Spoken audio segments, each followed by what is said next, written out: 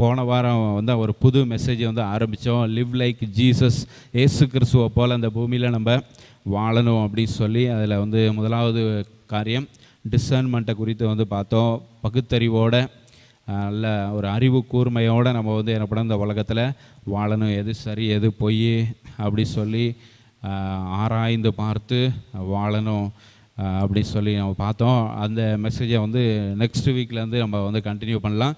இந்த வீக் வந்து ஒரு புது மெசேஜ்.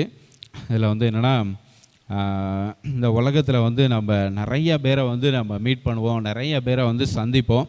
ஸோ நிறைய மக்களை வந்து சந்திப்பதற்கு கர்த்தர் நமக்கு வாய்ப்புகளை ஏற்படுத்தி கொடுத்தார். சின்ன பிள்ளையிலேருந்து பார்த்திங்கன்னா நம்ம எல்லாருக்கும் வந்து நிறையா ஃப்ரெண்ட்ஸ் இருப்பாங்க. ஸ்கூலில் போய் நம்மளை வந்து ஜாயின் பண்ணி விடுவாங்க. ஸோ அந்த டைமில் இருந்து பார்த்திங்கன்னா சின்ன பிள்ளையில் இருக்கும்போதே ஒருத்தர் யாராச்சும் நம்ம கூட வந்து என்ன பண்ணுவாங்க, பழக ஆரம்பிப்பாங்க. இல்லை நம்ம யார் கூடயாச்சும் பழக ஆரம்பிப்போம், ஃப்ரெண்ட்ஸ் ஆகுவாங்க. ஸோ அது வந்து சில ஃப்ரெண்ட்ஷிப் வந்து பார்த்திங்கன்னா எல்கேஜிலேருந்து இப்போ வரை வந்து கண்டினியூ ஆகிற ஃப்ரெண்ட்ஷிப்லாம் இருக்கும். சில ஃப்ரெண்ட்ஸ் வந்து வருவாங்க போவாங்க அப்படி வந்து இருக்கும். அதில் வந்து பார்த்திங்கன்னா நிறைய மக்களை வந்து நம்ம சந்திக்கிறதுக்கு வாய்ப்புகள் இருக்குது. அப்புறம் ஜாபு இது மாதிரிலாம் போகிறப்பையும் நம்ம வந்து நிறைய பேரை வந்து வாழ்க்கையில் நிறைய பேரை சந்திக்கிறோம், நிறைய பேர் கூட பழகுறோம். சில பேரோட கருத்துக்களை வந்து ஏற்றுக்கொள்கிறோம், சில பேரோட கருத்துக்களை ஏற்றுக்கொள்ளனாலும் ஆனால் அவங்களோட நல்ல நண்பர்களாக வந்து இருக்கிறோம், நல்லா பழகி கொண்டு தான் வந்து இருக்கிறோம். சில பேரை வந்து நம்ம வந்து என்ன நினைப்போன்னா, சில பேரை வந்து மாறணும் அப்படின்னு நினைப்போம், சில பேரை வந்து மாற்றணும் அப்படின்னு என்ன பண்ணுவோம், நம்ம நினைப்போம். இவங்க மாறினா நல்லாயிருக்கும், ஏன் இவங்க வந்து இப்படி இருக்கிறாங்க, இப்படி இருந்தால் நல்லாயிருக்கும் அப்படின்னு சொல்லி என்ன பண்ணுவோம். சில பேரை நம்ம வந்து என்ன பண்ணுவோம், like to change others, change somebody, இவங்க வந்து இப்படி வந்து மாறினா நல்லாயிருக்கும் அப்படின்னு சொல்லி நம்ம வந்து நினைப்போம். ஆனால் வந்து அவர்களை நம்மளால் என்ன பண்ண முடியாது, மாற்ற முடியாது. ஒரு சில பேர் வந்து அவங்க எப்படி இருக்கிறாங்களோ அப்படி தான் என்ன பண்ணுவாங்க, இருப்பாங்க. அவங்க வந்து they will not change themselves, அவங்க வந்து மாறவே வந்து மாட்டாங்க. ஸோ அவங்களை எப்படி வந்து மாற்றுகிறது அப்படிங்கிறத குறித்து தான் என்ன பண்ண போகிறோம், நம்ம வந்து பார்க்க போகிறோம். இவங்க எப்படி மாறுவாங்க, எப்படி அவர்களை மாற்றுகிறது அப்படி சொல்லி நம்ம வந்து பார்க்குறோம். பிலிப்பியர் 1ஆம் அதிகாரம் 9வது வசனத்துலேருந்து 11வது வசனம் வரை நம்ம வந்து வாசிக்கலாம். எல்லாருமே சேர்ந்து வாசிப்போமா? பிலிப்பியருக்கு எழுதின நிருபம் 1வது அதிகாரம் 9வது வசனத்திலேருந்து 11வது வசனம் வரை. மேலும் உத்தமமானவைகளை நீங்கள் ஒப்புக்கொள்ளத்தக்கதாக உங்கள் அன்பானது அறிவிலும் எல்லா உணர்விலும் இன்னும் அதிகமாய் பெருகவும் தேவனுக்கு மகிமையும் துதியும் உண்டாகும்படி இயேசு கிறிஸ்துவினால் வருகிற நீதியின் கனிகளால் நிறைந்தவர்களாகி நீங்கள் கிறிஸ்துவின் நாளுக்கென்று துப்புரவானவர்களும் இடரலற்றவர்களுமாய் இருக்கவும் வேண்டுதல் செய்கிறேன் அப்படி சொல்லப்பட்டிருக்கு. ஹல்லேலூயா, ஸ்தோத்திரம். ஸோ அப்போஸ்தலனாகிய பவுல் தன்னுடைய வாழ்க்கையில் சந்தித்த மக்களுக்காக என்ன பண்ணுறாரு, வேண்டுதல் செய்கிறார். அவர்கள் எப்படி இருக்கணும்னு வேண்டுதல் செய்கிறார்னா, நீங்கள் கிறிஸ்துவின் நாளுக்கென்று துப்புரவானவர்களும் இடரல் அற்றவர்களுமாக இருக்கவும் வேண்டுதல் செய்கிறேன் அப்படி சொல்கிறார். நம்ம எல்லாரும் வந்து பியூராக வந்து இருக்கணும், பர்ஃபெக்டாக இருக்கணும், இன்டெகிரிட்டியோடு இருக்கணும் அப்படி சொல்லி, துப்புரவானவர்களும் இடரல் அற்றவர்களும் அப்படின்னா பியூராக இருக்கணும். அப்புறம் வந்து இடரல் அற்றவர்கள் அப்படின்னா இன்டெகிரிட்டியோடு இருக்கிறவர்கள், அப்படி வந்து இருக்கிறவர்களாக இருக்கணும் அப்படி சொல்லி என்ன பண்ணுறாரு, ஜெபம் பண்ணுறாரு. நிறைய பேர் அப்போஸ்தலனாகிய பவுல் தன்னுடைய வாழ்க்கையில் சந்திக்கிறாரு. அவர்களுக்காக அவர் ஜெபம் பண்ண மறக்கவே இல்லை. ஹல்லேலூயா, எல்லாருக்காகவும் என்ன பண்ணுறாரு, ஜெபிக்கிறாரு.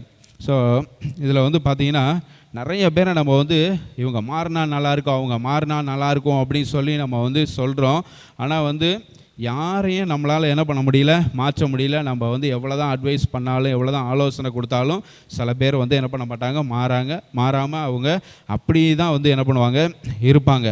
ஸோ இவங்களை வந்து என்ன பண்ணுறது அப்படின்னா, ஆண்டவருடைய கரத்தில் ஒப்பு கொடுத்துடணும். ஹல்லேலூயா, ஸ்தோத்திரம். நம்மளாக வந்து எவ்வளோ எஃபர்ட் எடுத்தாலும், நம்ம எவ்வளோ முயற்சி எடுத்தாலும் அவங்கள என்ன பண்ண முடியாது, மாற்றவே முடியாது. அப்படிங்கிறப்போ அவங்கள யாருக்கிட்ட நம்ம வந்து ஒப்பு கொடுத்துடணும், ஆண்டவர்கிட்ட ஒப்பு கொடுத்துடணும். ஆண்டவர்கிட்ட ஜெபம் பண்ணால் அவங்க வந்து என்ன பண்ணுவாங்க, மாறுவாங்க. நம்ம வந்து எவ்வளோ முயற்சி எடுத்தாலும் அவங்க வந்து நிச்சயமாக என்ன பண்ண மாட்டாங்க, மாற மாட்டாங்க. சில பேர் வந்து நினைப்பாங்க, நம்ம வந்து பாசிட்டிவாக வந்து திங்க் பண்ணுவோம். அப்போ வந்து என்ன பண்ணிடுவாங்க, மாறிடுவாங்க. இவங்க வந்து மாறுவாங்க, நிச்சயமாக மாறுவாங்க, ஒரு நாள் மாறுவாங்க அப்படின்னு சொல்லி நம்ம பாசிட்டிவாக வந்து என்ன பண்ணுவோம், திங்க் நேர்மறையான எண்ணத்தோடே இருப்போம். அப்போ அவங்க நிச்சயமாக மாறிடுவாங்க அப்படி சொல்லி நம்ம வந்து நினைப்போம். நம்ம எவ்வளோ தான் நேர்மறையாக வந்து திங்க் பண்ணாலும், பாசிட்டிவ் திங்க் பண்ணாலும், ஆனால் அவங்க வந்து என்ன பண்ண மாட்டாங்க, மாற மாட்டாங்க. அதுக்கு பதிலாக வந்து என்ன பண்ண, பாசிட்டிவ் திங்கிங் வந்து நம்மளை வேணால் மாற்றும், ஆனால் மற்றவர்களை என்ன பண்ணாது, மாற்றாது. நினச்சி பாருங்கள், நல்லா யோசிச்சு பாருங்கள். பாசிட்டிவாக நேர்மறையான எண்ணங்களோடு நீங்கள் இருக்கிறீங்கன்னா நீங்கள் தான் மாறுவீங்க. நான் வந்து சாதிப்பேன், நான் வந்து வெற்றி பெறுவேன், நான் வந்து யாருக்கும் இடரெல்லாம் இருக்க மாட்டேன், நான் வந்து டெய்லி ஜெபம் பண்ணுவேன், நான் வந்து வாரந்தோறும் சர்ச்சுக்கு போயிடுவேன் அப்படின்னு சொல்லி நீங்கள் பாசிட்டிவாக வந்து திங்க் பண்ணுவீங்கன்னா நீங்கள் தான் என்ன பண்ணுவீங்க, மாறுவீங்க. நீங்கள் நினைக்கிற மாதிரி என்ன பண்ணுவீங்க, நீங்கள் வந்து உங்களை வந்து மாற்றிக்கொள்ளலாம். பாசிட்டிவ் திங்கிங்க்கு தகுந்தாற் போல் ஓகே நான் வந்து வெற்றி பெறுவேன் அப்படின்னு சொல்லுங்கள். ஸோ அது வெற்றிக்கு நேராக ஓடுவோம் அப்படின்னு சொல்லிட்டு என்ன பண்ணுவீங்க, உங்களை நீங்களே மாற்றிக்கொள்ளலாம். பாசிட்டிவ் திங்கிங் வந்து it will change your self. உங்களை தான் வந்து என்ன பண்ணும், பாசிட்டிவ் திங்கிங் வந்து மாற்றும். ஆனால் பாசிட்டிவ் திங்கிங் வந்து மற்றவர்களை என்ன பண்ணாது, மாற்றவே செய்யாது.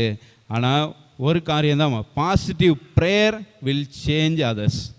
பாசிட்டிவாக நீங்கள் வந்து ஜெபம் பண்ணும் பொழுது நேர்மறையான எண்ணத்தோடு ஆண்டவர்கிட்ட ஜெபங்களை விண்ணப்பங்களை ஏறெடுக்கும் போது அந்த ஜெபம் மற்றவர்களை வந்து என்ன பண்ணும், மாற்றும். பாசிட்டிவாக திங்க் பண்ணுறது நம்மளை மாற்றும், பாசிட்டிவாக ப்ரேயர் பண்ணுறது நம்மளையும் மாற்றும், மற்றவர்களையும் மாற்றும். அப்போ இன்னையிலேருந்து நீங்கள் யாரையாச்சும் வந்து மாற்றணும், இவங்க வந்து மாறணும், இவங்க நம்ம வழிக்கு வரணும், இவங்க ஆண்டவருக்குள்ளே வரணும் அப்படி சொல்லி நினச்சிங்கன்னா அவங்களுக்காக என்ன தான் நீங்கள் வந்து பண்ணணும், ஜெபம் தான் பண்ணணும். நீங்கள் வந்து ஜெபம் பண்ணால் ஒழிய அவங்க வந்து என்ன பண்ண மாட்டாங்க, மாற மாட்டாங்க. நீங்கள் எவ்வளோ முயற்சி எடுத்தாலும் சில பேர் அவங்களோட திங்கிங், அவங்களோட அந்த வழி அதெல்லாம் விட்டு என்ன பண்ண மாட்டாங்க, வரவே மாட்டாங்க. ஸோ அவர்கள் அந்த மாதிரி சுச்சுவேஷனில் அவங்களுக்காக நம்ம வந்து என்ன பண்ணணும், ஜெபந்தான் வந்து செய்ய வேண்டும். ஹல்லேலூயா, ஸ்தோத்திரம். ஸோ எப்படி வந்து ஜெபிக்கிறது அப்படிங்கிறதையும் நம்ம வந்து பார்க்க போகிறோம். ஒரு 4 காரியம் இந்த வசனங்கள்லேருந்து 9லேருந்து 11 முடியுள்ள வசனங்களை வந்து வாசிச்சொல்ல. ஸோ அந்த 9 to 11 வசனங்கள்லேருந்து 4 காரியம் எப்படி வந்து அவங்களுக்காக நம்ம வந்து ஜெபிக்கிறது அப்படி சொல்லி வந்து என்ன பண்ண போகிறோம், வந்து பார்க்க போகிறோம். ஸோ பாசிட்டிவ் ப்ரேயர் வந்து என்ன செய்யும் அப்படின்னா, உங்களுடைய மனதிலையும் ஒரு மாற்றத்தை கொண்டு வரும், மற்றவர்களுடைய மனதிலையும் ஒரு மாற்றத்தை நிச்சயமாக கொண்டு வரும். நம்ம பாசிட்டிவாக நேர்மறையான எண்ணத்தோடு நம்ம வந்து ஜெபம் பண்ணும்போது நமக்குள்ளே ஒரு சில காரியங்களை ஆண்டவர் வந்து என்ன பண்ணுவார், மாற்றுவார். அவங்களுக்கு தகுந்தாற் போல் மாற்றலாம். இல்லைன்னா நம்ம வந்து வீராப்பாக இருக்கலாம் சில காரியத்தில், அவங்க அந்த காரியத்தை விட்டு ஆண்டவர் நம்மளை வந்து ஒரு பணிவாக தாழ்மையாக வந்து என்ன பண்ணுவார், நம்மளை ஆண்டவர் மாற்றுவார். ஸோ அவங்கள மற்றவர்களுடைய மனதையும் ஆண்டவர் வந்து நமக்கு தகுந்தாற் போல் என்ன பண்ணுவார், ஆண்டவர் மாற்றுவார். அவங்களும் சில இதில் வீராப்பாக இருக்கலாம், ஸோ பெருமையாக இருக்கலாம், அதெல்லாம் ஆண்டவர் மாற்றி தாழ்மையின் எண்ணங்களை ஆண்டவர் அவர்களுக்கு, பணிவான எண்ணங்களை ஆண்டவர் அவர்களுக்கு கொடுத்து அவர்களையும் வந்து என்ன பண்ணலாம், ஆண்டவர் வந்து மாற்றலாம். ஸோ அதனால் இன்னையிலேருந்து ஒருத்தரை வந்து மாற்றணும் அப்படின்னு சொல்லி நினச்சா நம்ம முயற்சி எடுக்கலாம். எடுத்து எவ்வளோ முயற்சி எடுத்தாலும் அவங்க மாறலை அப்படின்னு சொல்கிறப்போ அவங்களுக்காக நம்ம வந்து என்ன பண்ணணும், நல்ல ஜெபம் பண்ணணும். ஹல்லேலூயா, ஸ்தோத்திரம். எந்தெந்த விதத்தில் நம்ம வந்து ஜெபிக்கணும் அப்படிங்கிறத அப்போஸ்தலனாகிய பவுல் நமக்கு வந்து கற்றுக் கொடுக்கிறார். 4 விதத்தில் நம்ம வந்து அவங்களுக்காக வந்து என்ன பண்ணணும், ஜெபம் பண்ணணும். முதலாவது வழி வந்து என்ன அப்படின்னா, அவங்க அன்பில் வளரணும் அப்படின்னு சொல்லி ஜெபம் பண்ணணும். அவங்க அன்பில் வளரணும். அதான் 9ஆம் வசனத்தில் போட்டிருக்கு பாருங்க, உங்கள் அன்பானது அறிவிலும் எல்லா உணர்விலும் இன்னும் அதிகமாய் பெருக. அப்போஸ்தலனாகிய பவுல் பிலிப்பு சபைக்கு வந்து என்ன பண்ணுறாரு, இந்த லெட்டரை வந்து எழுதுகிறாரு. பிலிப்பு சபைக்கு வந்து இந்த லெட்டரை எழுதுகிறாரு. அவர்கள் எதில் பெருகணும் அப்படி சொல்லி ஜெபம் பண்ணுறாரு, அன்பில் பெருகணும். அவங்களுடைய அன்பானது அறிவார்ந்த அன்பாகவும் இருக்கணும், உணர்வு பூர்வமான அன்பாகவும் இருக்கணும் அப்படி சொல்கிறாரு. அவங்க வந்து அறிவான அன்பு மாத்திரம் அவர்களுக்கு இருக்கக்கூடாது, உணர்வு சார்ந்த அன்பாகவும் அவங்க வந்து இருக்கணும். இதில் அவங்க அதிகமாக பெருகணும் அப்படி சொல்லி கடைசியில் 11ஆம் வசனத்தில் எப்படி முடிக்கிறார், வேண்டுதல் செய்கிறேன் அப்படி சொல்லி முடிக்கிறாரு. ஸோ இது எல்லாமே வந்து ஜெபம் தான். உத்தமமானவைகளை நீங்கள் ஒப்புக்கொள்ளத்தக்கதாக உங்கள் அன்பானது அறிவிலும் எல்லா உணர்விலும் இன்னும் அதிகமாக பெருக நான் வேண்டுதல் செய்கிறேன். ஒவ்வொரு பாயிண்ட்டையும் வச்சு நான் வேண்டுதல் செய்கிறேன் அப்படி சொல்லி நம்ம வந்து முடிக்கலாம். இந்த பாயிண்ட்டை வந்து சொல்லி வேண்டுதல் செய்கிறேன், இதற்காக நான் வந்து ஜெபிக்கிறேன் அப்படின்னு வந்து என்ன பண்ணலாம், நம்ம வந்து சொல்லலாம். ஸோ அன்பு வந்து ரொம்ப முக்கியம். ஒருத்தவங்க வந்து அன்பாக இருந்தாங்க, ஒருத்தர் மேலே அன்பாக இருந்தாங்கன்னா அவங்களுக்காக சில காரியங்களை என்ன பண்ணுவாங்க, மாற்றிக்கொள்வாங்க. அன்பு இல்லை அப்படிங்கிறப்ப வந்து என்ன பண்ண மாட்டாங்க, எதையுமே மாற்றிக்கொள்ள மாட்டாங்க. ஸோ அப்போ ஒருத்தவங்க வந்து அன்பில் அதிகமாக வளரணும் அப்படி சொல்லி நம்ம அவங்களுக்காக வந்து யாரை நீங்கள் வந்து மாற்றிக்கொள்ள விரும்புகிறீங்களோ, யார் வந்து மாறணும் அப்படி சொல்லி விரும்புகிறீங்களோ அவங்க அன்பில் வளர்ந்தால் நல்லாயிருக்கும். அன்பில் வளர்ந்த நம்மளை குறித்து அவங்களுக்கு நல்ல அன்பான நிறைய அனுபவங்கள் இருக்கணும், அன்பான காரியங்கள் இருக்கணும், அவங்க நம்ம மேலே அன்பில் வளரணும் அப்படி சொல்லி நீங்கள் வந்து ஜெபம் பண்ணும் பொழுது நிச்சயமாக அவர்கள் உங்களுக்காக சில காரியங்களை என்ன பண்ணுவாங்க, மாற்றிக்கொள்வாங்க. உங்களுக்கு தகுந்த மாதிரி அவங்க வந்து என்ன பண்ணுவாங்க, மாறுவாங்க. ஸோ அப்போஸ்தலனாகிய பவுலோட ஜெபம் வந்து இதுதான். 2 தெசலோனிக்கேயர் 1:3 பாருங்கள். 2 தெசலோனிக்கேயர் 1:3 அப்போஸ்தலனாகிய பவுல் சொல்கிறாரு, சகோதரரே நாங்கள் எப்பொழுதும் உங்களுக்காக தேவனை ஸ்தோத்தரிக்க கடனாளிகளாக இருக்கிறோம். உங்கள் விசுவாசம் மிகவும் பெருகிறபடினாலும் நீங்கள் எல்லாரும் ஒருவரிலொருவர் வைத்திருக்கிற அன்பு அதிகரிக்கிறபடினாலும், ஒருவரிலொருவர் வைத்திருக்கிற அன்பு அதிகரிக்கணும். அப்போ தான் வந்து நம்ம ஒருத்தருக்காக ஒருத்தர் வந்து மாற்றிக்கொள்ள தயாராக இருப்போம். இல்லைன்னா நம்ம வந்து என்ன பண்ண மாட்டோம், நம்மளை வந்து மாற்றிக்கொள்ளே மாட்டோம், நம்மளாக தான் இருப்போம். ஸோ ஒருத்தருக்காக ஒருத்தர் விட்டு கொடுக்கறது இதெல்லாம் வந்து எப்படி வரும், அன்பு அதிகமாக இருந்தால் தான் ஒருத்தருக்காக ஒருத்தர் விட்டு கொடுக்குற தன்மையெல்லாம் வந்து வரும். அப்போ அப்போஸ்தலனாகிய பவுல் எவ்வளோ அழகாக வந்து ஜெபம் பண்ணுறாரு, தெசலோனிக்கே சபைக்காகவும் என்ன பண்ணுறாரு, இப்படி தான் வந்து சொல்கிறாரு, நீங்கள் எல்லாரும் ஒருவரிலொருவர் வைத்திருக்கிற அன்பு அதிகரிக்கிறபடியினால். தெசலோனிக்கே சபையில் உண்மையிலே அவங்களுடைய அன்பு ஒருத்தருக்கு ஒருத்தர் அவங்க வைத்திருக்கிற அன்பு அதிகரிக்குது. அதுக்காக தேவனை ஸ்தோத்தரிக்கிறேன் அப்படி சொல்கிறார், ஆண்டவருக்கு நன்றி செலுத்துகிறேன் அப்படி சொல்கிறார். கொலோசியர் 3ஆம் அதிகாரத்துக்கு வாங்க. கொலோசியர் 3:13-14 பாருங்கள். அன்பு இருந்தால் நம்ம ஒருத்தருக்கு ஒருத்தர் மாற்றிக்கொள்வோம். கொலோசியர் 3:13-14 ஒருவரை ஒருவர் தாங்கி ஒருவர் பேரில் ஒருவருக்கு குறைபாடு உண்டானால் கிறிஸ்து உங்களுக்கு மன்னித்தது போல ஒருவருக்கொருவர் மன்னியுங்கள். இவை எல்லாவற்றின் மேலும் பூரண சற்குணத்தின் கட்டாகிய அன்பை தரித்து கொள்ளுங்கள். அதுதான் ரொம்ப முக்கியம். இவை எல்லாவற்றின் மேலும் நீங்கள் வந்து ஒருவர் தாங்குகிறது, ஒருவருக்கு ஒருவர் குறைபாடுகள் எல்லாம் மன்னிக்கிறது, இது எல்லாவற்றுக்கும் அடிப்படையாக வந்து இருக்கிறது வந்து என்னது, அன்பு தான்.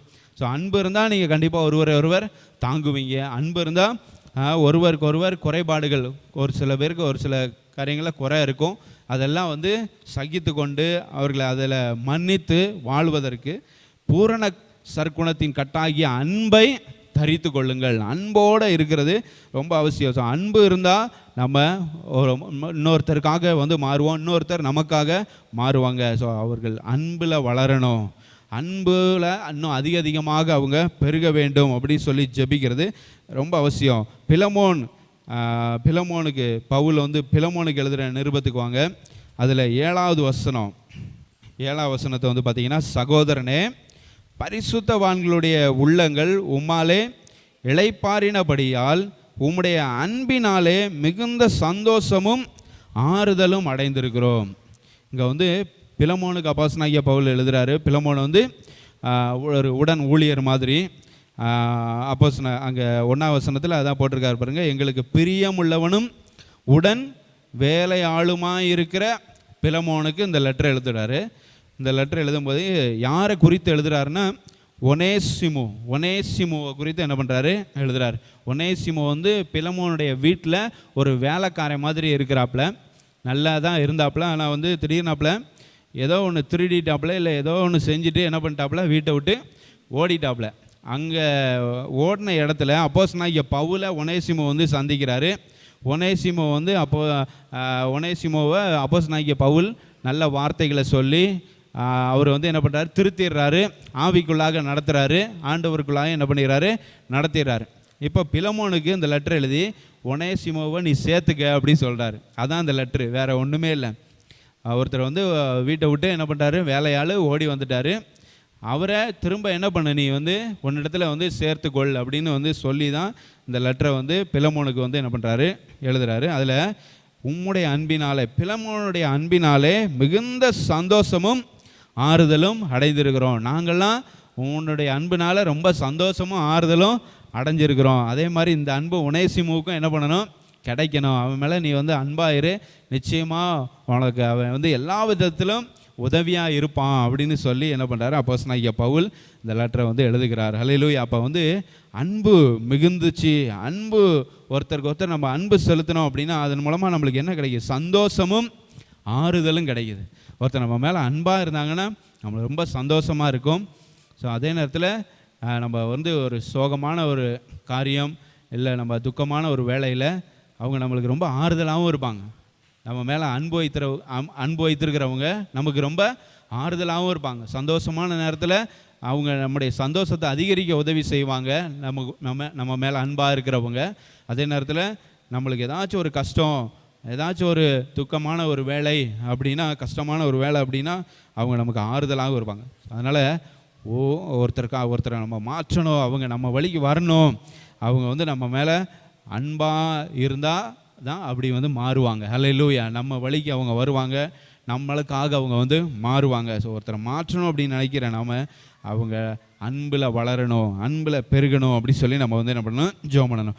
1 யோவான் 4ஆம் அதிகாரத்தில் வந்து பார்த்தீங்கன்னா ஃபுல்லாக அன்பை குறித்து நல்ல தெளிவாக யோவான் அப்போஸ்தலனாகிய யோவான் வந்து எழுதுகிறாரு. 1 யோவான் 4ஆம் அதிகாரம் 7 to 12 வசனங்களை பார்த்தீங்கன்னா அன்பை குறித்து தெளிவாக எழுதியிருக்கிறாரு. இது மாதிரி அன்பை குறித்து விளக்கம் யாராலையும் கொடுக்க முடியாது, அந்த அளவுக்கு வந்து எழுதியிருக்கா பாருங்கள். ஃபுல்லாக நம்ம வந்து வாசிப்போம். 1 யோவான் 4ஆம் அதிகாரம் 7 to 12 முடிய வசனங்கள். பிரியமானவர்களே, ஒருவரில் ஒருவர் அன்பாக இருக்க கடவோம், ஏனெனில் அன்பு தேவனால் உண்டாயிருக்கிறது. அன்புள்ள எவனும் தேவனால் பிறந்து அவரை அறிந்திருக்கிறான். அன்பில்லாதவன் தேவனை அறியான். தேவன் அன்பாகவே இருக்கிறார். தம்முடைய ஒரே பேரான குமாரனாலே நாம் பிழைக்கும்படிக்கு தேவன் அவரை இவ்வுலகத்திலே அனுப்பினதினால் தேவன் நம்மேல் வைத்த அன்பு வெளிப்பட்டது. ஹல்லேலூயா. உண்மையான அன்பு பாருங்க, பிதா தன்னுடைய குமாரனாகிய இயேசு கிறிஸ்துவை அந்த உலகத்துக்கு அனுப்பினது தான் உண்மையான அன்பு. நம்முடைய பாவங்களுக்காக மரிக்கும்படி அனுப்பினார்ல, அதான் வந்து உண்மையான அன்பு அப்படி சொல்கிறாரு. அப்புறம் நாம் தேவனிடத்தில் அன்பு கூர்ந்ததினால் அல்ல, நம்ம எல்லாரும் தேவனை நேசிக்கிறதுனால அன்பு கூறுகிறதுனால அல்ல, அவர் நம்மிடத்தில் அன்பு கூர்ந்து நம்முடைய பாவங்களை நிவர்த்தி செய்கிற கிருபாதார பலியாக தம்முடைய குமாரனை அனுப்பினதினாலே அன்பு உண்டாயிருக்கிறது. ஹல்லேலூயா. உண்மையான அன்பு எப்படி அவரும் தன்னையே முழுவதுமாக நமக்கு கொடுக்க ஆயத்தமாக இருக்கிறாரு, குமாரனையும் நமக்காக கொடுக்க ஆயத்தமாக இருக்கிறார். 11ஆம் வசனத்தில், பிரியமானவர்களே, தேவன் இவ்விதமாய் நம்மிடத்தில் அன்பு கூர்ந்திருக்க நாமும் ஒருவரிடத்தில் ஒருவர் அன்பு கூற கடனாளியாக இருக்கிறோம். ஹல்லேலூயா. ஸோ நம்மளும் கண்டிப்பாக ஒருத்தருக்கு ஒருத்தர் அன்பாக இருக்கணும். தேவனை ஒருவரும் ஒருபோதும் கண்டதில்லை. நாம் ஒருவரிடத்தில் ஒருவர் அன்பு கூர்ந்தால் தேவன் நமக்குள் நிலைத்திருக்கிறார். ஹல்லேலூயா. ஸோ அன்பாக இருந்தோம் அப்படின்னா நம்மளை கடவுள் மாதிரி பார்ப்பாங்கன்னு சொல்கிறார். ஹல்லேலூயா. ஸோ நம்ம வந்து அன்பு மிகுந்தவர்களாக நம்ம வந்து இருந்தோம் அப்படின்னா நம்மளை வந்து ஒருத்தர் கடவுள் மாதிரி பார்ப்பாங்க அப்படின்னு வந்து அழகாக சொல்கிறார். நாம் ஒரு இடத்தில் ஒருவர் அன்பு கூர்ந்தால் தேவன் நமக்குள் நிலைத்திருக்கிறார், அவருடைய அன்பும் நமக்குள் பூரணப்படும் அப்படி சொல்லப்பட்டிருக்கு. ஹல்லேலூயா. ஸோ ஒருவருக்கு ஒருவர் நம்ம அன்பாக இருக்கிறது எவ்வளோ முக்கியமான ஒரு விஷயம். ஏன்னா தேவன் நம்ம மேலே அன்பாக இருக்கிறாரு, அதுக்காக தன்னுடைய குமாரனாகிய இயேசு கிறிஸ்துவ அந்த பூமிக்கு அனுப்புனார்.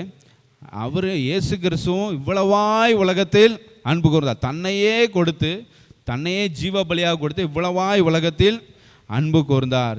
அதே போல் நாமும் ஒருவருக்கு ஒருவர், அவர் நம்ம மேலே எவ்வளோ அன்பு வைத்திருக்கிறார், அதே மாதிரி நாமும் ஒருத்தருக்கு ஒருத்தர் அன்பாக இருக்கும்போது நம்மளை பார்க்குறவங்க இயேசுவை பார்க்குற மாதிரி நினைப்பாங்க. ஹல்லேலூயா. ஸோ அப்படி அன்பு மிகுந்தவர்களாக நம்ம வந்து இருந்தோன்னா ஒருத்தருக்காக ஒருத்தர் நம்ம வந்து என்ன பண்ணுவோம், மாற்றிக்கொள்வோம். சில இதில் வந்து பார்த்திங்கன்னா மருமகள் மாமியார் வந்து என்ன பண்ண மாட்டாங்க, ஒருத்தருக்கு ஒருத்தர் மாற்றிக்க மாட்டாங்க. மாமியார் வந்து இப்படி தான் செய்யணும் அப்படின்னு நினைப்பாங்க. மருமகள், இல்லை நீ சொல்கிற மாதிரிலாம் நான் வந்து செய்ய மாட்டேன், நான் இப்படி தான் செய்வேன், நான் இப்படி தான் எல்லாம் பழகியிருக்கேன், இப்படி தான் நான் வந்து பண்ணுவேன், நான் இப்படி தான் இருப்பேன் அப்படி சொல்லுவாங்க. ஆனால் அன்பு மிகுந்து இருக்கும்போது ஒருத்தருக்கு ஒருத்தர் அன்பாக இருந்தாங்க அப்படின்னா விட்டு கொடுக்குற ஒரு பழக்கம் வரும், சகிப்புத்தன்மை வரும். ஓகேம்மா நீ இப்படி தான் பழகிருக்கியா, இப்படி தான் இருக்குன்னு நினைக்கிறியா, அப்படி இருந்துக்கோ அப்படி சொல்லி என்ன பண்ணுவாங்க, அட்ஜஸ்ட் பண்ணிட்டு அப்படி சகிப்புத்தன்மையோடு வந்து இருப்பாங்க. அப்போ வந்து அப்படி இருந்தாங்க அப்படின்னா மாமியார் மருமக வந்து எப்படி பார்க்கும், உண்மையிலே இது நடமாடும் இயேசு கிறிஸ்து அப்படின்னு வந்து என்ன பண்ணுவாங்க, பார்ப்பாங்க. ஸோ ஒருத்தரும் நடமாடும் இயேசு கிறிஸ்துவாக வந்து இருந்தால் பிரச்சனை, அன்பு மிகுந்தவர்களாக இருந்தால் இப்படி சகிப்புத்தன்மையோட எல்லாம் விட்டு கொடுத்து என்ன பண்ணுவாங்க, போவாங்க. ஸோ அப்போ வந்து மாற்றம் அப்படின்னா அன்பு இருந்தால் மாற்றம் வந்துடும். அல்லேலூயா. ஸோ மாற்றம் வரணும் அப்படின்னு எல்லாருக்கும் அன்பு இருந்தால் ஒருத்தருக்காக ஒருத்தர் வந்து என்ன பண்ணுவாங்க, நிச்சயமாக மாற்றிக்கொள்வாங்க. So change comes from love. Alleluia. மாற்றம் வந்து அன்பிலிருந்து வருகிறது. ஸோ அதனால் எல்லாரும் அன்பாக இருக்கணும், அன்பில் பெருகணும், அன்பில் வளரணும் அப்படின்னு சொல்லி முதலாவது நம்ம வந்து ஜெபிக்கணும். அப்போஸ்தலனாகிய பவுலை போல் நீங்கள் இன்னும் அதிகமாக அன்பில் வளரணும் அப்படின்னு சொல்லி வேண்டுதல் செய்கிறார். ரெண்டாவது காரியம், pray that they will make wise choices. அவங்க வந்து நல்ல ஞானமாக தீர்மானங்களை எடுக்கணும் அப்படி சொல்லி நம்ம வந்து என்ன பண்ணணும், ஜெபிக்கணும். அதில் வசனம் 9 வந்து பார்த்தீங்கன்னா, உத்தமமானவைகளை நீங்கள் ஒப்புக்கொள்ளத்தக்கதாக அப்படி சொல்லப்பட்டிருக்கு. உத்தமமானவைகளை, எது வந்து பெஸ்ட்டு, எது உத்தமம், அதை வந்து ஒப்புக்கொள்ளுகிற மாதிரி அவர் வந்து என்ன பண்ணுறாரு, வேண்டுதல் செய்கிறார். அப்படின்னா இதுதான் அர்த்தம். அதுக்கு அர்த்தம் வந்து இதுதான், அவங்க வந்து ஞானமான தீர்மானங்களை எடுக்கிற தீர்மானங்களை ஞானமாக வந்து எடுக்கணும். ஸோ ஞானமாக தீர்மானங்களை எடுக்கிறதுக்காக வந்து ஜெபம் பண்ணணும். அப்படி ஞானமாக தீர்மானங்களை எடுத்தாங்க அப்படின்னா நம்ம சொல்ல வர்றதை அவங்க வந்து என்ன பண்ணுவாங்க, புரிந்து கொள்வாங்க. ஏன்னா நம்ம கர்த்தருடைய பிள்ளைகள். ஸோ நம்ம வந்து ஒருத்தரை வந்து மாற்றணும் அப்படின்னு வந்து நினைக்கிறது வந்து நம்முடைய சுயநலத்துக்காக அல்ல, நம்ம அவங்க கர்த்தருடைய வழியில் வரணும், தேவனுடைய ராஜ்யத்துக்கு வரணும் அப்படி சொல்லி தான் நம்ம வந்து ஒருத்தரை வந்து மாற்றணும் அப்படி சொல்லி நம்ம நினைக்கிறோம். ஸோ நம்ம சுயநலத்துக்காக நம்ம வந்து மாற்றணும் அப்படின்னு நினைக்கல. அப்போ கர்த்தருக்குள்ளே வரணும் அப்படின்னா அவங்க வந்து வைஸ் சாய்ஸ், அவங்க ஞானமாக தீர்மானம் எடுத்தாங்கன்னா கண்டிப்பாக கர்த்தருக்குள்ளே வந்துடுவாங்க. ஸோ அந்த உலகத்திலே ஒரு ஞானமான தீர்மானம் ஒருத்தர் வந்து எடுக்கிறாங்க அப்படின்னா எதுவாக இருக்கும், ஆண்டவருக்குள்ளே வரணும் அப்படின்னு நினச்சி ஒரு தீர்மானம் எடுத்தாங்கன்னா அதுதான் அந்த உலகத்திலே பெஸ்ட்டு டிசிஷன். அப்படி தானே, இந்த உலகத்தில் பெஸ்ட்டு டிசிஷன் வந்து என்னது, ரட்சிக்கப்படுகிறது. நான் வந்து ரட்சிக்கப்படணும், நான் வந்து மனம் திரும்பணும், நான் ஆண்டவருடைய பிள்ளையாக மாறணும் அப்படின்னு சொல்லி ஒருத்தர் வந்து தீர்மானம் எடுத்தாங்கன்னா அதை விட சிறந்த தீர்மானம் இந்த உலகத்திலே கிடையாது. நான் கர்த்தருடைய பிள்ளையாக வந்து மாற விரும்புகிறேன், நான் ஆண்டவருடைய பிள்ளையாக மாற விரும்புகிறேன், அந்த மாதிரி நாம் மாறணும் அப்படி சொல்லி விரும்புகிற ஆள் அந்த மாதிரி ஞானமாக தீர்மானம் எடுத்தாங்க அப்படின்னா நிச்சயமாக அவங்க வந்து என்ன பண்ணுவாங்க, மாறுவாங்க. ஸோ அப்போ அதுக்கு ஒரு சில வசனங்களை வந்து பார்க்கணும் நம்ம. ஏன்னா அவங்க உத்தமமானவைகளை வந்து ஒப்புக்கொள்ளணும். ஏன்னா இந்த வழி உத்தமமானது, இந்த வழி கிறிஸ்தவ வழி, கிறிஸ்து காட்டுகிற வழி, நித்திய ஜீவனுக்கு நேரான வழி. இந்த வழி வந்து உத்தமமான வழி, இந்த வழி வந்து பர்ஃபெக்ட் வே அப்படின்னு நம்ம வந்து சொல்லலாம். ஏன்னா ஜீசஸ் வந்து என்ன சொல்லு, ஐ ஆம் த வே அப்படின்னு சொல்லியிருக்கிறாரு. அப்போ this is the perfect way, this is the way to reach heaven. Hallelujah. பரலோகத்தை போய் சேருவதற்கு இதுதான் வழி, வேற எந்த வழியும் வந்து கிடையாது. அப்போ இந்த வழிக்கு வரணும் அப்படி சொல்லி அவங்க வந்து தீர்மானம் எடுக்கணும். அப்படி ஒரு தீர்மானம் எடுத்துட்டாங்கன்னா அவங்க வாழ்க்கையில் அவங்க எடுத்த தீர்மானத்திலே சிறந்த தீர்மானம் இதுவாக தான் இருக்கும். ஸோ அப்படி ஒரு தீர்மானத்தில் நமக்காக அவங்க வந்து என்ன பண்ணுவாங்க, மாறுவாங்க. 1 தெசலோனிக்கர் 5:21 நம்ம போன வாரம் பார்த்த அந்த வசனம் தான். 1 தெசலோனிக்கர் 5:21 எல்லாவற்றையும் சோதித்து பார்த்து நலமானது, எல்லா வழியும் அவங்க வந்து சோதித்து பார்க்கலாம். நம்ம வந்து அவங்க மாறணும்னு ஜெபம் பண்ணிகிட்டு இருக்கிறோம், நம்ம நிறைய முயற்சி எடுக்கிறோம், அவங்க கர்த்தருக்குள்ளே வந்தால் நல்லாயிருக்கும், அவங்க ரட்சிக்கப்பட்டால் நல்லாயிருக்கும், என் ஃப்ரெண்டு நரகத்துக்கு போயிடக்கூடாது, பரலோகத்துக்கு வரணும், மாறணும் ஆண்டவரே, மனம் திரும்பணும் ஆண்டவரே அப்படி சொல்லி நம்ம நிறையா முயற்சிகள் எடுத்து ஜெபம் பண்ணிகிட்டு இருக்கோம். அவங்க எல்லாத்தையும் சோதித்து பார்க்கணும். நம்ம வந்து இப்படி சொல்லணும், நீங்கள் வந்து சோதித்து பாரு, எல்லா வழியும் வந்து என்ன பண்ணு, நல்லா சோதித்து பாரு, ஆராய்ந்து பாரு, என்னென்ன புக்கு இருக்கோ அதெல்லாம் எல்லா ரிலிஜன் புக்கையும் வந்து படித்து பாரு, பைபிளையும் படித்து பாரு, எது பெஸ்ட்டு அப்படி சொல்லி பார்த்தா எல்லாத்தையும் சோதித்து பார்த்து நலமானதை பிடித்து கொள்ளுங்கள். ஸோ நலமானதை பிடித்து கொள்கிறது தான் பெஸ்ட்டு சாய்ஸ். ஹல்லேலூயா. ஸோ சிறந்த தீர்மானம் நலமானதை பிடித்து கொள்கிற, உத்தமமானதை ஒப்புக்கொள்கிற தீர்மானத்தை அவர்கள் எடுக்க வேண்டும். இயேசு தான் உலக ரட்சகர், இயேசு தான் பரலோகத்துக்கு போகிற வழி, அப்படிங்கிறத அவங்க வந்து ஏற்றுக்கொள்ள, இது உத்தமமானது, இதுதான் சரியானது, அதை அவர்கள் ஏற்றுக்கொள்ள நம்ம வந்து என்ன பண்ணணும், ஜெபம் பண்ணணும். யூதா 22 பாருங்கள். யூதாவில் ஒரே ஒரு அதிகாரம் தான் உண்டு. வெளிப்படுத்தின விசேஷத்துக்கு முன்னால் ஒரு பேப்பரில் இருக்கும். பகுத்தறிவுள்ளவர்களாக இருந்து, நம்மளும் பகுத்தறிவுள்ளவர்களாக இருக்கணும். இப்போ பெரியார் பகுத்தறிவுலாம் பேசினார், ஆனால் பகுத்தறிவை குறித்து அப்போவே நம்ம ஆளுக்கெல்லாம் பேசி வச்சுருக்கிறாங்க.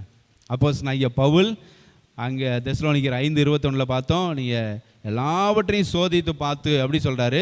அதே அப்போஸ்தலனாகிய பவுல் ரோமர் 12ஆம் அதிகாரம் 2ஆம் வசனத்தில் பகுத்தறியத்தக்கதாகன்ற வார்த்தையை வந்து யூஸ் பண்ணுறாரு. நீங்கள் பகுத்தறியத்தக்கதாக, தேவனுடைய நன்மையும் பூரணமான சித்தம் இன்னதென்று பகுத்தறியத்தக்கதாக உங்கள் மனம் புதிதாகிறதுனாலே மறுரூபமாகுங்கள்னு சொல்கிறார். ஸோ அப்போஸ்தலனாகிய பவுல் பகுத்தறியத்தக்கதாக அப்படின்ற அந்த வார்த்தையை வந்து யூஸ் பண்ணுறாரு. இங்கே யூதா, அப்போஸ்தலனாகிய யூதா வந்து எழுதுகிறாரு, அவரும் வந்து எந்த வார்த்தையை யூஸ் பண்ண, பகுத்தறிவு அப்படின்ற வார்த்தை. பகுத்தறிவு பகலவன் அவர்கள், இவருக்கெல்லாம் முன்னாலே, பெரியாருக்கு முன்னாலே இவர்கள்லாம் பகுத்தறிவு பகலவனாக இருந்திருக்காங்க. அப்போஸ்தலனாகிய பவுலும் இங்கே யூதாவும், அப்போஸ்தலனாகிய யூதாவும் வந்து பகுத்தறிவு. ஸோ பகுத்தறிவு உள்ளவர்களாக நம்மளும் இருக்கணும், அவங்களும் பகுத்தறிவு உள்ளவர்களாக இருந்தால் நிச்சயமாக அவர்கள் அக்கினிக்கு இரையாக மாட்டார்கள். ஹல்லேலூயா. நரகத்துக்கு போகிற டிசிஷனை எடுக்க மாட்டாங்க, நரகத்துக்கு போகிற வழியை அவங்க பின்பற்ற மாட்டாங்க. ஆண்டவரே அவங்களுக்கு பகுத்தறிவை கொடுங்க. எது சிறந்தது, இந்த உலகத்தில் பல வழிகள் இருக்குது, எது சிறந்த வழி அப்படின்னு சொல்லி அவங்க ஆராய்ந்து பார்த்து அது நலமானது அவங்க தேர்வு செய்யணும். ஆண்டவரே பெஸ்ட் சாய்ஸை வந்து வைஸ் சாய்ஸ், ஞானமாக தீர்மானம் எடுக்கணும். கர்த்தர் உதவி செய்வீராக அப்படி சொல்லி அவங்களுக்காக என்ன பண்ணலாம், நம்ம வந்து ஜெபம் பண்ணலாம். ஸோ நீதிமொழிகள் 3ஆவது அதிகாரம் 5-7 முடிய உள்ள வசனங்கள், எப்படி நம்ம வந்து வைஸ் சாய்ஸ் வந்து எடுக்க முடியும் அப்படின்னா, இதை ஃபாலோ பண்ணால் நம்ம வந்து ஞானமான தீர்மானங்கள் எடுக்கலாம், ஞானமாக தீர்மானம் எடுக்கலாம். நீதிமொழிகள் 3ஆவது அதிகாரம் 5-7, உன் சுய புத்தியின் மேல் சாயாமல். எப்படி ஞானமாக தீர்மானம் எடுக்கிறதுனா, நம்முடைய சுய புத்தியின் மேலே என்ன பண்ணக்கூடாது, நம்ம சார்ந்து இருக்கக்கூடாது. நான் யார், நான் ஒரு தீர்மானம் எடுத்தால் அது பெஸ்ட்டான தீர்மானம் தான் இருக்கும், நான் தீர்மானம் எடுத்தால் அது யாருமே வந்து மாற்ற முடியாது, சிறந்த தீர்மானமாக இருக்கும்னு சொல்லி நம்மளுடைய சுய புத்தியின் மேலே we should not depend on ourselves. நம்ம சுய புத்தியின் மேலே, நம்முடைய சுயத்தின் மேலே, மாம்சத்தின் மேலே நம்ம நம்பிக்கையாக இருக்கக்கூடாது. மாறாக உன் முழு இருதயத்தோடும் கர்த்தரில் நம்பிக்கையாக இருந்து, அல்லேலூயா, கர்த்தர் மேலே நம்பிக்கையாக இருந்து உன் வழிகளிலெல்லாம் அவரை நினைத்துக்கொள், அவர் உன் பாதைகளை செவ்வாய்ப்படுத்துவார். நீ உன்னை ஞானி என்று எண்ணாதே. கர்த்தருக்கு பயந்து, நீ உன்னை ஞானின்னு நினச்சிட்டு நான் எடுக்கிற தீர்மானம்லாம் ஞானமான தீர்மானம்னு நினைக்காத. நீ கர்த்தருக்கு பயந்து தீமையை விட்டு விலகு அப்படி சொல்லப்பட்டிருக்கு. அல்லேலூயா. கர்த்தருக்கு பயந்து எடுக்கிற தீர்மானம் தான் சிறந்த தீர்மானம். அல்லேலூயா. கர்த்தருக்கு பயந்து எடுக்கிற தீர்மானம் தான் ஞானமான தீர்மானமாக இருக்கும். ஸோ மக்கள் அப்படி தீர்மானம் எடுக்கணும்னு சொல்லி நம்ம வந்து ஜெபம் பண்ணணும். ஆண்டவரே உமக்கு பயப்படுகிறவர்களாக இருக்கணும், உமக்கு பயந்து ஜனங்கள் தீர்மானம் எடுக்கிறவர்களாக இருக்கணும் ஆண்டவரே அப்படி சொல்லி போது ஜெபம். உத்தமமானதை ஒப்புக்கொள்கிறவர்களாக அவங்க வந்து இருக்கணும். They should accept what is perfect. அவங்க எது பூரணமாக இருக்குது, எது உத்தமமாக இருக்குது, எது பெஸ்ட்டாக இருக்குது, அதை வந்து அவங்க வந்து அக்செப்ட் பண்ணணும், அவங்க வந்து அதை ஒத்துக்கொள்ளணும். இது பூரணமானது. ஹல்லேலூயா.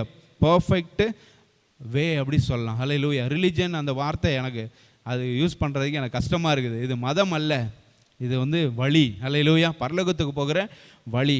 ஸோ பர்ஃபெக்ட் வே, இதை வந்து அவங்க வந்து அக்செப்ட் பண்ணணும், அதை வந்து ஒத்துக்கொள்ளணும், இதை வந்து ஃபாலோ பண்ணணும் அப்படி சொல்லி அவர்கள் நினைக்கணும். ஸோ இந்த மாதிரி ஞானமான தீர்மானங்களை அவங்க எடுக்கணும் அப்படி சொல்லி நம்ம வந்து ஜெபம் பண்ணோம். யோவான் 4ஆம் அதிகாரம் 24வது வசனம் பாருங்கள். ஞானமான தீர்மானங்களை எடுக்கணும். நிறைய பேர் ஞானமான தீர்மானங்களை வந்து எடுத்துருக்குறாங்க. யோவான் 4:24. இந்த தீர்மானத்தையும் கிறிஸ்தவர்களே இந்த தீர்மானத்தை வந்து எடுக்கணும். சில கிறிஸ்தவர்கள் வந்து ஆவியோடும் உண்மையோடும் ஆண்டவரை தொழுது கொள்ளலை. அவங்க எல்லாம் விக்கிரக ஆராதனைக்குள்ளே, சில கிறிஸ்தவர்கள் விக்கிரக ஆராதனைக்குள்ளே இருக்கிறாங்க. அப்போ அவங்க வசனத்துக்கு கீழ்ப்படியாதவர்களாக இருக்காங்க. அப்போ அவங்க சிறந்த ஒரு தீர்மானத்தை வந்து என்ன பண்ணணும், எடுக்கணும்.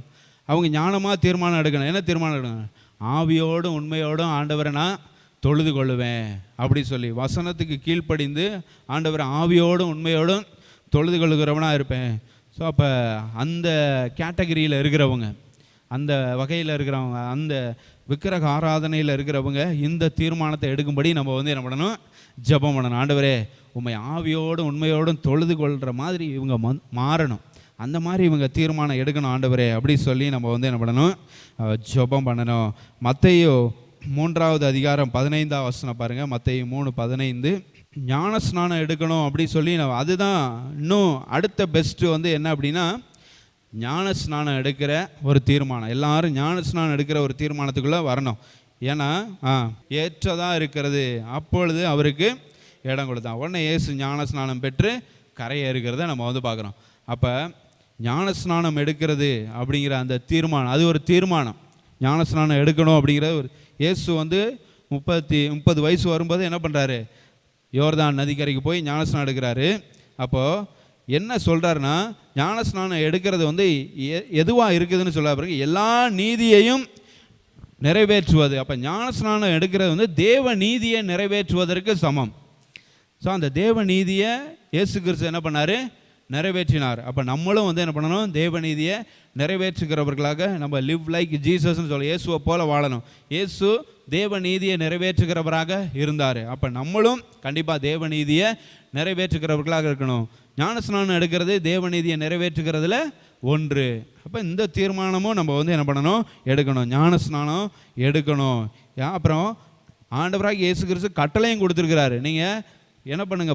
புறப்பட்டு போய் சகல ஜாதிகளையும் சீசராக்கி அவர்களுக்கு பிதா குமாரன் பரிசுத்த ஆவியினாலே ஞானஸ்நானம் 28:19. மத்தேயு 28:19 பாருங்கள். இந்த வசனம் தான். நீங்கள் புறப்பட்டு போய் சகல ஜாதிகளையும் சீசராக்கி ஒரு கட்டளை, பிரதான கட்டளையும் ஆண்டவர் வந்து கொடுக்குறாரு. ஞானஸ்நானம் கொடுக்கணும் அப்படிங்கிற ஒரு கட்டளையும், சீசராக்கணும், சுவிசேஷம் சொல்லணும், சீசராக்கணும். அதுக்கப்புறம் 3வது பாயிண்ட் வந்து என்னது? கண்டிப்பாக நீங்கள் வந்து ஞானஸ்நானம் கொடுக்கணும் அப்படி சொல்கிறார். ஸோ அப்போ ஞானஸ்நானம் எடுக்கிறதும் நம்முடைய வாழ்க்கையில் மிக சிறந்த தீர்மானங்களில் ஒன்று. ஹல்லேலூயா, ஸ்தோத்திரம். ஞானஸ்நானம் எடுத்தவங்கெல்லாம் சிறந்த தீர்மானத்தை எடுத்துருக்கிறீங்க. ஹல்லேலூயா, ஸ்தோத்திரம். நீங்கள் கர்த்தருடைய நீதியை நிறைவேற்றி இருக்கிறீங்க. கர்த்தருக்கு ஸ்தோத்திரம். ஸோ அப்படி தான் வந்து இருக்கணும். இன்னும் வந்து அப்போஸ்தலர் நிருபத்தில் வந்து பார்த்தீங்கன்னா, அப்போஸ்தலருக்கு எழுதின புஸ்தகத்தில் 8வது அதிகாரத்துக்கு வாங்க. 8வது அதிகாரத்தில் எத்தியோப்பியருடைய ராஜஸ்திரியாகிய கந்தாகே அப்படிங்கிறவளுக்கு மந்திரி அவர் வந்து என்ன பண்ணுறாரு? ரதத்தை ஓட்டிகிட்டு போகிறாரு. அப்போ வந்து ஏசாயா எழுதின புஸ்தகத்தில் 53வது ஏசாயா தீர்க்கதரிசி புஸ்தகத்தில் 53வது அதிகாரத்தை வாசிக்கிட்டு வர்றாரு. ஒன்றுமே புரியல. யாருக்கு? எத்தியோப்பியா ராஜஸ்திரியாகிய கந்தாகே அப்படிங்கிறவளுக்கு மந்திரி. அவளோட பொக்கிஷத்தெல்லாம் பாதுகாக்கிறவன், அவளோட பொக்கிஷத்துக்கெல்லாம் தலைவன்.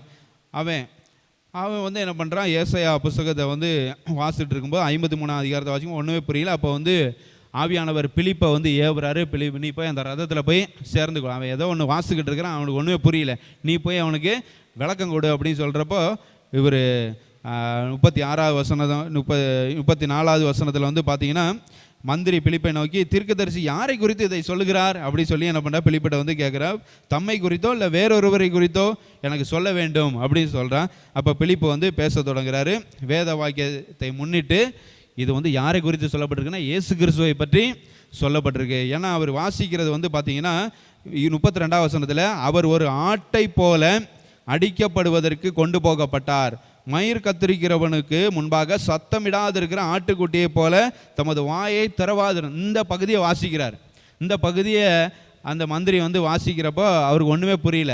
இதை வந்து ஏசாயா தம்மை குறித்து சொல்கிறாரா இல்லை வேறொருவரை குறித்து சொல்கிறாரா அப்படி சொல்லி பிலிப்பிட்ட வந்து கேட்குறப்போ இயேசு கிறிஸ்துவை குறித்து சொல்கிறாரு அப்படி சொல்லிட்டு, இயேசு கிறிஸ்து இப்படி தான் வந்து இருந்தார். சிலுவை சுமந்து கொண்டு சிலுவையில் அறையப்படும் போது அப்படி அடிக்க கொண்டு போக ஒரு ஆட்டுக்குட்டியை போல் என்ன பண்ணுறாரு? அவர் வந்து இருந்தார். சத்தமிடாது இருக்கிற ஆட்டுக்குட்டியை போல் வாயவே அவர் வந்து திறக்கலை அப்படி சொல்லி இயேசு கிறிஸ்துவை பற்றி சொல்லும்போது, அப்போ அப்படி போயிட்டே இருக்கும்போது, இந்த விளக்கம் கொடுத்துட்டு போயிட்டு இருக்கும்போது ஞானமாக ஒரு டிசிஷன் எடுக்கிறான் அந்த மந்திரி. என்ன சொல்கிறான்? தண்ணீர் உள்ள ஒரு இடத்துக்கு வந்தாங்க. அப்பொழுது மந்திரியும் சொல்கிறேன், இதோ தண்ணீர் இருக்கிறதே, நான் ஞானஸ்நானம் பெறுகிறதற்கு தடை என்ன அப்படி சொல்லி கேட்குறான். தண்ணி இருக்குது, ஞானஸ்நானம் பெறு. ஞானமான ஒரு டிசிஷன். அப்போ வந்து பிலிப்பு வந்து சொல்கிறாரு, நீர் முழு இருதயத்தோடு விசுவாசித்தால் தடை இல்லை. ஆண்டவராக இயேசு கிறிஸ்துவை முழு இருதயத்தோடு விசுவாசி அப்படின்னு சொன்னாங்க. ஸோ அவன் உடனே முழு இருதயத்தோடு விசுவாசிக்கிறேன்னு சொன்னோடனே அவங்க என்ன பண்ணுறாங்க, 38 வசனத்தில் ரதத்தை நிறுத்த சொன்னால் அப்பொழுது பிலிப்பு மந்திரியும் 2 பேர் தண்ணியில் இறங்குறாங்க. பிலிப்பு அவனுக்கு ஞானஸ்நானம் கொடுத்தாங்க. ஞானஸ்நானம் கொடுத்துட்டு வெளியில் வர பிலிப்பு காணாமல் போயிட்டார். ஆவியானவர் பிலிப்பை வேறு இடத்துக்கு கொண்டு போயிட்டார். ஸோ அப்போ ஞானஸ்நானம் அந்த ஒரு டிசிஷன் எடுக்க வச்சு அவருக்கு ஞானஸ்நானம் கொடுக்க வைக்கிறார் ஆவியானவர். அப்போ அது ஞானஸ்நானம் அப்படிங்கிறது அப்போ எவ்வளோ முக்கியமான ஒன்று, நம்முடைய வாழ்க்கையில் சிறந்த ஒரு தீர்மானம். ஹல்லேலூயா. ரட்சிக்கப்படணும் அப்படின்னு நினச்சி ஆண்டவருக்குள்ளே வருகிறது ஒரு சிறந்த தீர்மானம். அப்புறம் அடுத்த குறிப்பு வந்து என்ன அப்படின்னா, அவங்க வந்து ஞானஸ்நானம் எடுக்கணும். ஹல்லேலூயா. ஆண்டவருடைய வழிகள் எல்லாம் வந்து கற்றுக்கொண்டு ஆண்டவருக்கு சீசராக இருக்கணும். அப்படின்னா தேவ நீதியை நிறைவேற்றுகிறவர்களாக இருக்கணும். தேவ நீதியில் ஒன்று தான் ஞானஸ்நானம். அதை வந்து என்ன பண்ணுறாங்க அப்போஸ்தலர்கள் அநேக இடங்களில் வந்து பார்க்குறோம். 3000 பேர் ரட்சிக்கப்பட்டாங்க, 5000 பேர் ரட்சிக்கப்பட்டாங்க. எல்லாருக்கும் ஞானஸ்நானம் கொடுத்துருக்குறாங்க. எல்லாருக்கும் ஞானஸ்நானம் கொடுத்து எல்லாரும் சபையில் அங்கத்தினர்களாக மாறுகிறத நம்ம வந்து பார்க்குறோம். இப்படி தனிப்பட்ட நபர்களுக்கும் அவங்க ஞானஸ்நானம் கொடுத்ததையும் அவங்க எழுதி வச்சுருக்கிறாங்க. இன்னொன்று 16வது அதிகாரத்துக்கு வாங்க. அப்போஸ்தலர் 16வது அதிகாரத்தில் வந்து பார்த்திங்கன்னா ரோமர்கள் வந்து என்ன பண்ணுறாங்க, பவுலையும் சீலாவையும் ஜெயிலில் பிடிச்சி போட்டுறாங்க. சிறைச்சாலையை பிடிச்சி போட்டோன்னே சிறைச்சாலையில் கட்டி வச்சிட்றாங்க, தொழு மரத்தில் கட்டி வச்சிட்றாங்க. அப்புறம் அங்கே சிறைச்சாலை தலைவனை ஒருத்தனை அவனுக்கு காவலும் போட்டுறாங்க. இவங்க வந்து சிறைச்சாலையில் இருந்தாலும் அவங்க வந்து பவுலும் சீலாவும் என்ன பண்ணுறாங்க, துதித்து பாடுறாங்க. சிறைச்சாலை கதவுகள்லாம் எல்லாம் திறந்து போச்சு. இவங்க வந்து வெளியில் வந்துட்டாங்க. சிறைச்சாலை தலைவன் வந்து பார்த்துட்டு, ஐயோ என்ன எல்லாம் போயிட்டாங்க, அப்போ என்னையே தானே கேட்பாங்க, நீ எதுக்கு உன்னையே தானே காவலுக்கு வச்சுருந்தோம், நீ எதுக்கு இவங்களை தப்ப விட்ட அப்படி சொல்லி கேட்பாங்க. அப்படி சொல்லிட்டு 27ஆம் வசனத்தில் அப்போஸ்தலர் 16:27 பட்டயத்தை உருவி தன்னை கொலை செய்து கொள்ள போகிறான். ஐயோ இவங்க ரொம்ப அவமானப்படுத்துவாங்க, எனக்கு தண்டனை கொடுப்பாங்க, அதுக்கு நானே செத்து போயிடலாம் அப்படின்ட்டு என்ன பண்ணுறான், பட்டயத்தை உருவி தன்னை கொலை செய்து கொள்ள போனான். அப்போ 28ஆம் வசனத்தில் பவுல் மிகுந்த சத்தமிட்டு, நீ உனக்கு கெடுதி ஒன்றும் செய்து கொள்ளாதே, நாங்கள் எல்லாரும் இங்கே தான் இருக்கிறோம், கட்டுகள் எல்லாம் அருந்து போச்சு, ஆனால் நாங்கள் எங்கேயும் போகலை, நாங்கள் இங்கே தான் இருக்கிறோம் அப்படின்னு சொன்னோன்னே 30ஆம் வசனத்தில் ஒரு சிறந்த தீர்மானம் எடுக்கிறான். என்ன சொல்கிறான் பாரு, சிறைச்சாலைக்காரன், ஆண்டவமாரே ரட்சிக்கப்படுவதற்கு நான் என்ன செய்ய வேண்டும்? இப்படி நம்ம சந்திக்கிற மக்கள் தீர்மானம் எடுத்தாங்கன்னா, இப்படி நம்ம சந்திக்கிற மக்கள் கேள்வி கேட்டாங்கன்னா எவ்வளோ அருமையாக இருக்கும்ல. ஸோ இந்த மாதிரி தீர்மானம் எடுக்கணும். அவங்க எல்லாத்தையும் சோதித்து பார்த்து நலமானதை பிடித்து கொள்ளணும். இந்த கிறிஸ்டியானிட்டி தான் பெஸ்ட்டு அப்படி சொல்லி அவங்க எல்லாத்தையும் சோதித்து பார்த்துட்டு இதை வந்து பிடிச்சு கொள்ளணும் அப்படி சொல்லி நம்ம வந்து என்ன பண்ணணும், ஜெபம் பண்ணணும். ரட்சிக்கப்படுவதற்கு நான் என்ன செய்யணும்? அப்போ வந்து 31ஆம் வசனத்தில் கர்த்தராகிய இயேசு கிறிஸ்துவை விசுவாசி, அப்பொழுது நீயும் உன் வீட்டாரும் ரட்சிக்கப்படுவீர்கள் அப்படி சொல்லிட்டு அப்புறம் வந்து ராத்திரி வந்து என்ன பண்ணுறாங்க, அவங்க பிரசங்கம் பண்ணுறாங்க, போதிக்கிறாங்க. போதித்த உடனே அவங்க வந்து 33ஆம் வசனத்தில் வந்து பார்த்திங்கன்னா அவர்களை வீட்டுக்கும் என்ன பண்ணுறான், அழைத்து கொண்டு போகிறான். வீட்டில் வந்து அவனும் அவனுடையவர்கள் அனைவரும் உடனே ஞான ஸ்நானம் பெற்றார்கள். ஹல்லேலூயா. ஸோ வாழ்க்கையில் சிறந்த தீர்மானம், ரட்சிக்கப்படுவதற்கு நான் என்ன செய்ய, ரட்சிக்கப்படுறாங்க, சிறந்த தீர்மானம் எடுத்து ரட்சிக்கப்பட்டுட்டாங்க. அடுத்த சிறந்த ஒரு தீர்மானத்தை எடுத்து என்ன பண்ணுறாங்க, ஞான ஸ்நானமும் அவர்கள் பெற்றுக்கொண்டார்கள். அப்போ நம்ம மாறணும் அப்படி சொல்லி நினைக்கிற ஆட்கள் சிறந்த தீர்மானங்களை எடுத்தாலே போதும், அவங்க மாறிடுவாங்க. ஸோ சிறந்த தீர்மானங்களை என்ன தீர்மானம் எடுக்கிறது அப்படிங்கிறத நான் வந்து இப்போ சொன்னேன். ரட்சிக்கப்படணும், மனம் திரும்பணும்னு அவங்க என்ன பண்ணணும், தீர்மானம் எடுக்கணும். அதே நேரத்தில் அவங்க வந்து ஞானஸ்நானம் எடுக்கணும் அப்படி சொல்லி என்ன பண்ணணும், தீர்மானம் எடுக்கணும். தேவ நீதியை நிறைவேற்றுகிறவர்களாக இருக்கணும். அப்படி தீர்மானம் எடுத்துட்டாங்கன்னா கண்டிப்பாக அவர்கள் தங்களை மாற்றிக்கொள்வார்கள். ஹல்லேலூயா, ஸ்தோத்திரம். சாப்ப நம்ம ஒருத்தரை வந்து மாற்றணும், ஒருத்தவங்க மாறணும் அப்படின்னு நினைக்கிறவங்க அன்பில் பெருகணும் அப்படி சொல்லி நம்ம முதலாவது ஜெபம் பண்ணணும். ரெண்டாவது ஞானமான தீர்மானங்களை எடுக்கணும். ஞானமான தீர்மானங்களில் தான் இந்த 2 காரியம், ரட்சிக்கப்படணும், ஞானஸ்நானம் எடுக்கணும். இதெல்லாம் அவங்க எடுக்கிற பர்சனலாக எடுக்கிற தீர்மானம். ஆண்டவர் வந்து ஃபோர்ஸ் பண்ண மாட்டார். போய் ரட்சிக்கப்படு, போய் ஞானஸ்நானம் எடுன்னு ஆண்டவர் வந்து என்ன பண்ண மாட்டார், யாரையும் வந்து வலுக்கட்டாயமாக கட்டாயப்படுத்த மாட்டார். அப்படி ஃபோர்ஸ் பண்ணிலாம் செய்ய மாட்டார். அவங்களா தீர்மானம் எடுக்கணும். சிறைச்சாலைக்காரன் பாருங்கள், அவங்க எதுவுமே சொல்ல, அவங்க எல்லாம் கட்டுக்களை இருந்து நாங்கள் இங்கே தான் இருக்கோன்னு தான் பவுலிசிலாம் வந்து சொல்கிறாங்க. ஆனால் இவன் சிறைச்சாலைக்காரன் உடனே கேட்குறான், ரட்சிக்கப்படுவதற்கு நான் என்ன செய்யணும்? இந்த சம்பவத்தெல்லாம் பார்த்துட்டு இவங்கெல்லாம் ரட்சிக்கப்பட்டிருக்கிறாங்க, ஆண்டவர் இவங்களை எப்படி காக்கிறாரு அப்படி சொல்லி அதெல்லாம் வந்து பார்த்துட்டு ரட்சிக்கப்படுவதற்கு நான் என்ன செய்யணும்னு ஒரு தீர்மானம் எடுக்கிறாரு பாருங்கள். ஸோ அந்த மாதிரி மக்கள் வந்து மாறணும். ஹல்லேலூயா, ஸ்தோத்திரம். ஸோ அப்போ அவங்க பர்சனலாக அவங்க வந்து தீர்மானம் எடுக்கிறாங்க. இந்த கந்தாகே அப்படிங்கிறவளுக்கு மந்திரி அவரும் வந்து பர்சனலாக வந்து என்ன பண்ணுறாரு, தீர்மானம் எடுக்கிறார். தண்ணீர் இருக்கிறதே தடை என்ன, நான் ஞானஸ்நானம் எடுத்துக்கலாம்ல அப்படின்னு சொல்ல. அப்போ வந்து நீ முழு இறுதியோட விசுவாச்சா நீ வந்து ஞானஸ்நானம் எடுத்துக்கலாம் அப்படின்னு சொல்லி ஞானஸ்நானம் கொடுக்குறத பார்க்குறோம். பர்சனலாக பெஸ்ட் டிசிஷன், வைஸ் சாய்ஸ் வந்து அவங்க ஒவ்வொருத்தரும் மேக் பண்ணணும் அப்படின்னு சொல்லி நம்ம வந்து அவங்களுக்காக ஜெபம். மூன்றாவது காரியம், பிலிப்பியர் 1ஆவது அதிகாரத்துக்கு வாங்க, 11ஆவது வசனம் பாருங்கள். அவங்க pray that they will live with integrity. அவங்க வந்து துப்புரவானவர்களும் இடரலற்றவர்களுமா இருக்கணும் அப்படி சொல்லி அவங்களுக்காக வந்து என்ன பண்ணணும், ஜெபம் பண்ணணும். ஹல்லேலூயா. ஸோ அவங்களுக்காக ஜெபம் பண்ணுறதுல இதை ஒன்று நம்ம வந்து சேர்த்துக்கணும். இன்டெகிரிட்டியோட வாழணும். அவங்க வந்து பியூராக இருக்கணும், அதே நேரத்தில் பிளேம்லெஸ்ஸாக இருக்கணும்.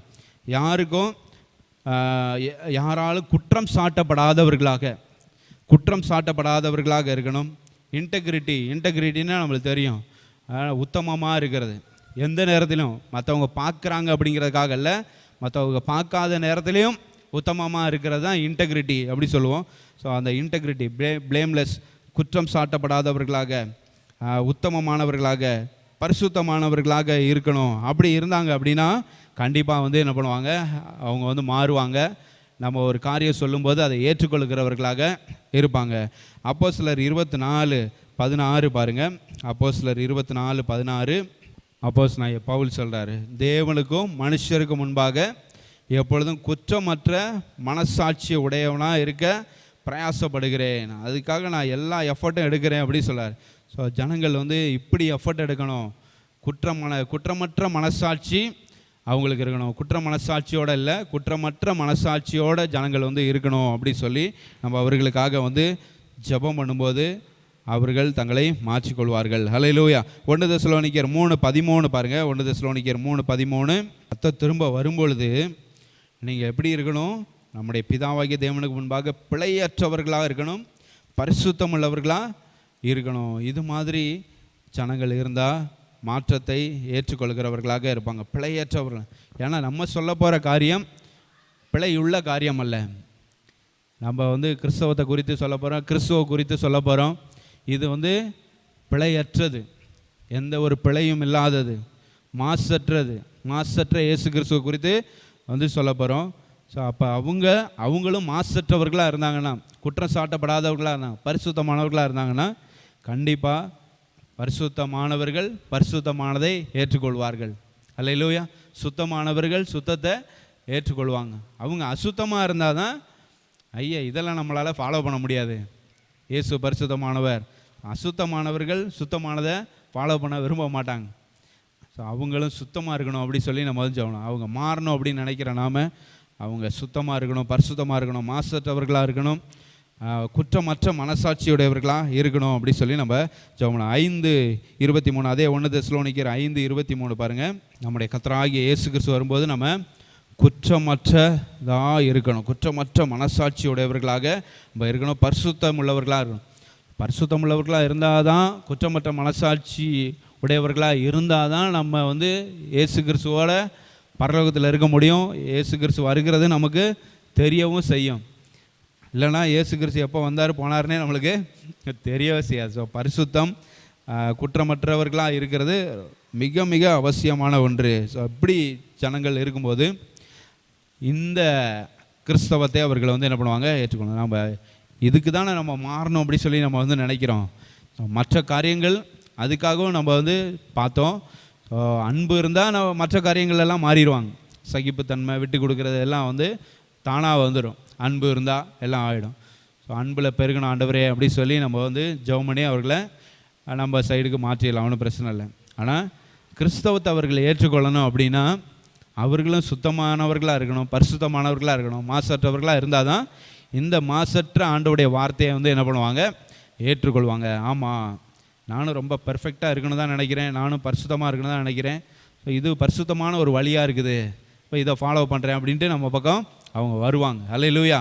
அப்போ அவங்க நம்ம சந்திக்கிற ஜனங்கள் மாசற்றவர்களாக இருக்கணும், பரிசுத்தமாக இருக்கணும் அப்படி சொல்லி நம்ம வந்து ஜெபம் பண்ணணும். அடுத்த 4வது காரியம், கடைசி காரியம், pray that they will become like Jesus.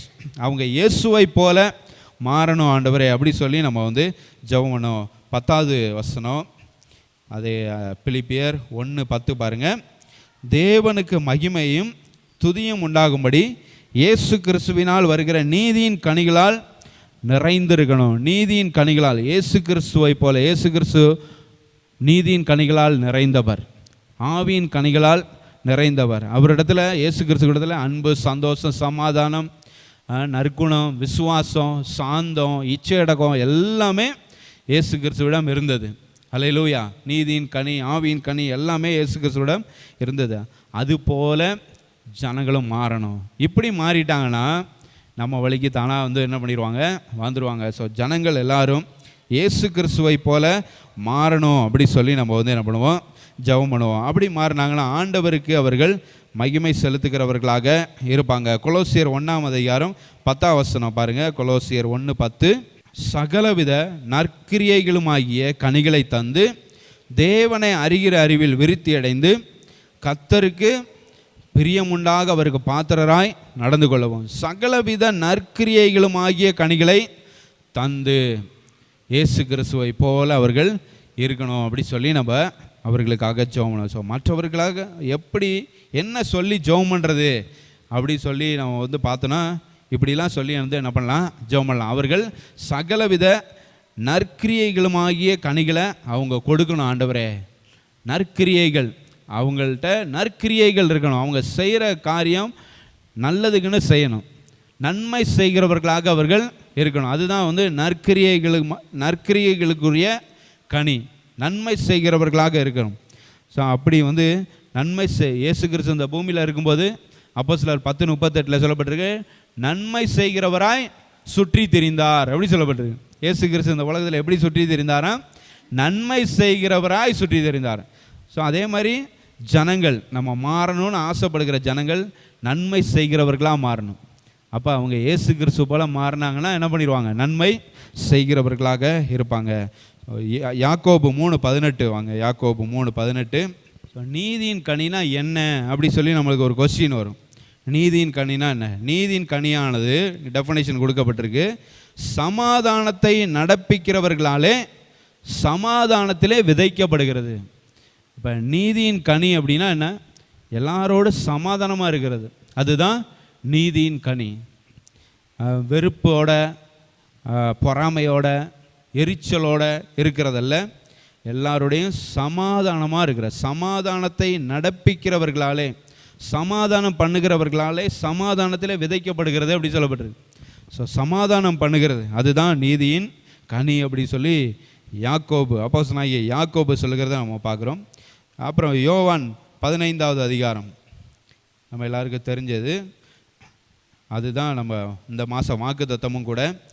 யோவான் 15 வந்து பார்த்திங்கன்னா 4-5 வசனங்களை, என்னிலே நிலைத்திருங்கள் நானும் உங்களில் நிலைத்திருப்பேன், கொடியானது திராட்சை செடியில் நிலைத்திராவிட்டால் அது தானாய் கனி கொடுக்க மாட்டாது போல நீங்களும் என்னில் நிலைத்திராவிட்டால் கனி கொடு. இயேசு கிறிஸ்துவில் நிலைத்திருக்கணும், இயேசு கிறிஸ்துவை போல மாறணும் அப்படின்னு நினைக்கிற நாம இயேசு கிறிஸ்துவில் நிலைத்திருக்கணும். இயேசு கிறிஸ்துவில் நிலைத்திருந்தால் நம்ம கனி கொடுக்கிறவர்களாக மாறிடும். அது ஆவியின் கனி, நீதியின் கனி, எந்த கனியோ, நற்கிரியை கனி, எல்லா கனியும் நம்ம வந்து இயேசு கிறிஸ்துவில் நிலைத்திருந்தால் என்ன பண்ணுவோம், கொடுக்க ஆரம்பித்துருவோம். ஸோ ஜனங்கள் எப்படி நம்ம ஜனங்களுக்காக ஜெபம் பண்ணுறது, அவங்க இப்படி மாறணும், இயேசுவை போல மாறணும், கனி கொடுக்கிறவர்களாக மாறணும், ஆவியின் கனி கொடுக்கிறவர்களாக, நீதியின் கனி கொடுக்கிறவர்கள், நற்கிரியை செய்கிறவர்களாக, நன்மை செய்கிறவர்களாக மாறணும் ஆண்டவரே அப்படி சொல்லி ஜெபம் பண்ணுறதுக்கு இந்த வசனங்கள் நம்மளுக்கு ஏற்றதாக இருக்கிறது. 5வது வசனத்தில், நானே திராட்சை செடி நீங்கள் கொடிகள், ஒருவன் என்னிலும் நான் அவனிலும் நிலைத்திருந்தால் அவன் மிகுந்த கனிகளை கொடுப்பான், என்னை அல்லாமல் உங்களால் ஒன்றும் செய்ய கூடாது. ஸோ இயேசு கிறிஸ்து, அவரை உறுதியாக பற்றி கொள்ளணும், அவரை முழுவதுமாக நம்ம நம்பணும், அவரில் நம்ம நிலைத்திருக்கணும். அப்படி நிலைத்திருக்கும் போது மிகுந்த கனிகளை கொடுப்போம். எல்லாரும் நம்ம பார்க்குற ஜனங்கள் எல்லாரும் கனி கொடுக்கிறவர்களாக இருக்கணும். அவங்க இந்த வழிக்கு, இயேசு கிறிஸ்து காட்டுகிற வழிக்கு வரணும் அப்படி சொல்லி நம்ம வந்து நினைக்கிறோம், இந்த வழிக்கு அவங்க மாறணும் அப்படி சொல்லி நம்ம வந்து நினைக்கிறோம். ஸோ அவங்க எப்படி இருந்தால், என்ன செய்தால் அவங்க வந்து மாறுவாங்க அப்படி சொல்லி தான் நம்ம வந்து பார்த்தோம். நம்ம முதலாவது அவங்களுக்காக செய்ய வேண்டியது ஜெபந்தான். நம்ம எவ்வளோ எஃபர்ட்ஸ் எடுத்தாலும் சில பேர் வந்து என்ன பண்ண மாட்டாங்க, மாறவே மாட்டுறாங்க அப்படி சொன்னேன். ஸோ அவங்க எப்படி மாறுவாங்க? ஆண்டவர் அவர்களை மாற்றினால் ஒழிய அவர்கள் மாற மாட்டார்கள். அல்லேலூயா. ஸோ அவங்க அப்போ என்ன சொல்லி அவர்களுக்காக ஜெபம் பண்ணுறது? அவங்க அன்பில் நிறைந்தவர்களாக இருக்கணும். அல்லேலூயா. அன்பு நிறைந்தவர்களாக இருந்தால் நம்ம சொல்கிறத அவங்க கேட்பாங்க. நிறைய அவங்களுக்கு நல்ல குணங்கள் வரும். அன்பு நிறைந்தவர்களாக இருக்கணும் அப்படி சொல்லி அவங்களுக்காக ஜெபம். ஞானமாக தீர்மானம் எடுக்கணும் அப்படி சொல்லி, ஞானமான தீர்மானம், சிறந்த தீர்மானங்கள் அவங்களுடைய வாழ்க்கையில் எடுக்கணும் அப்படி சொல்லி அப்போஸ்தலனாகிய பவுலை போல ஜெபம் பண்ணுவோம். அவங்க குற்றம் சாட்டப்படாதவர்களாக இருக்கணும், உத்தமமானவர்களாக இருக்கணும், பரிசுத்தமானவர்களாக இருக்கணும், மாசற்றவர்களாக இருக்கணும்னு சொல்லி அவர்களுக்காக ஜெபம் பண்ணுவோம். அதுக்கப்புறம் உம்மை போல மாறணும். நான் சந்திக்கிற ஜனங்கள் எல்லாரும் உம்மை ஏற்றுக்கொள்ளணும், உண்மையில் நிலைத்திருக்கணும், உம்மை போல மாறணும் ஆண்டவரே அப்படி சொல்லி எல்லாருக்காக நம்ம ஜெபம் பண்ணுவோம். அல்லேலூயா. ஸோ இந்த பிரசங்கம் வந்து நம்மளையும் மாற்றுகிறதாக தான் இருக்கும். அல்லேலூயா. ஸோ நம்ம மற்றவர்களை வந்து மாற்றணும் அப்படி சொல்லி நம்ம வந்து நினச்சாலும், இது நம்ம சொல்லப்பட்ட காரியங்கள் குறைவாக இருந்தால், நமக்குள்ளே குறைவாக இருந்தால் நம்மளும் என்ன பண்ணணும், மாற்றணும். நம்ம அவங்க அன்பு நிறைந்தவர்களாக இருக்கணும்னு சொல்லி நம்ம ஜெபம் பண்ணுறப்ப நம்ம அன்பில் குறைவாக இருந்தோன்னா, நாம் என்னையும் அன்பில், நானும் அன்பில் பெருகணும் ஆண்டவரே, நானும் அன்பில் விருத்தி அடையணும் ஆண்டவரே அப்படி சொல்லி நம்மளும் அன்பு மிகுந்தவர்களாக மாறிட்டு, ஸோ மற்றவர்களையும் வந்து என்ன பண்ணலாம், நீங்களும் மற்றவர்களை நான் நினைக்கிறேன், நீங்கள் நினைக்கிற ஒரு ஆள் அன்பு மிகுந்தவராக மாறணும் அப்படி சொல்லி ஜெபம் பண்ணால் அவர் ஆண்டவர் மாற்றுவார். நீங்கள் அன்பில்லாதவர்களாக இருந்துட்டு அவங்கள அன்பில் பெருகணும் அப்படி சொன்னால் முதல்ல நீ மாறுன்னு ஆண்டவர் சொல்லிடுவார். ஸோ நம்ம ஃபஸ்ட்டு அந்த பிரசங்கெல்லாம் நமக்கு தான். நம்ம மாறணும். எப்படி மாறணும்? நம்ம அன்பில் நிறைந்தவர்களாக இருக்கணும், நம்ம ஞானமாக தீர்மானம் எடுக்கிறவர்களாக இருக்கணும், சிறந்த தீர்மானங்கள் எடுக்கிறவர்களும், நம்ம பரிசுத்தமாக இருக்கணும், நம்ம மாசற்றவர்களாக இருக்கணும். ஃபஸ்ட்டு நம்ம இயேசுவை போல் இருக்கணும். முதலாவது இந்த 4 காரியம் நம்மகிட்ட இருக்கணும். அதுக்கப்புறம் இதே மாதிரி நீங்கள் நினைக்கிற ஒரு நபர்கள் இருக்கலாம். ஸோ அவங்களும் இதே மாதிரி மாறணும் அப்படி சொல்லி நம்ம வந்து ஜெபமெல்லாம் கர்த்தர் நிச்சயமாக அவர்களை மாற்றுவார். அல்லேலூயா. ஸோ முதலாவது நம்ம கற்றுக்கொள்வோம், இந்த காரியங்களெல்லாம் நமக்குள்ளே வளர்த்துக்கொள்வோம். பின்னால் மற்றவர்களுக்காக ஜெபம் பண்ணுவோம். நிச்சயமாக அவர்களை கர்த்தர் மாற்றுவார். ஸ்தோத்திரம். கர்த்தர் நல்லவர். ஜெபம் பண்ணுவோம்.